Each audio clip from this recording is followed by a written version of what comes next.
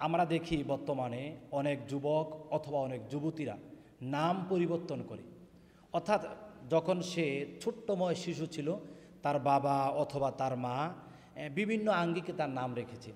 সে যখন একটু বয়স হলো অথবা বুঝমান হলো অথবা সে এখন কিছু বুঝে, এই মুহূর্তে চিন্তা করছে আমার এই নামটা ভালো না, অথবা এই নামটা ইসলামিক কালচারের মধ্যে, ইসলামিক কৃষ্টি কালচারের সাথে এই নামটা যায় না। সে এখন চিন্তা করছে নাম পরিবর্তন করবে।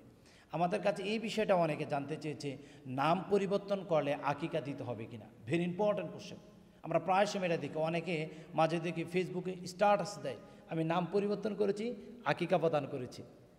গুরুত্বপূর্ণ এই প্রশ্নের উত্তর হচ্ছে, কোনো ব্যক্তি যদি নাম পরিবর্তন যদি করে, নাম পরিবর্তন করার জন্য আকিকা দিতে হবে, এটা বাধ্যতামূলক নয়, এটা দিতে হবে না প্রথম কথা।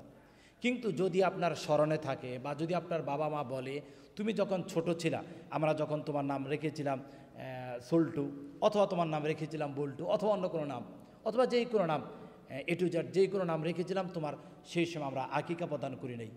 কিন্তু এখন তুমি যদি চাও তোমার আকিকা দিতে পারো, অথবা আপনি যদি মনে করেন আপনার বাবা আপনার মা আপনি যখন ছোট ছিলেন তখন তার আকিকা দিতে পারে নাই, আপনি এখন আকিকা দিতে পারবেন, এটা আপনার জন্য উত্তম পন্থা।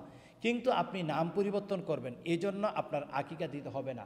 রাসূল আরবি সাল্লাল্লাহু আলাইহি ওয়াসাল্লামের যুগেও সাহাবায়ে আজমাইন যখন ভিন্ন ধর্ম থেকে, ইয়াহুদি থেকে, খ্রিস্টান থেকে, নাসরা থেকে রাসূল আরবি সাল্লাল্লাহু আলাইহি ওয়াসাল্লামের হাতে হাত রেখে কালিমা শাহাদাত পাঠ করছেন, কালিমা বাক্য উচ্চারণ করছেন, তারপর রাসূল আরবি সাল্লাল্লাহু আলাইহি ওয়াসাল্লাম অনেকের নাম পরিবর্তন করেছেন, কিন্তু রাসূল বলে নাই তুমি আকিকা দাও।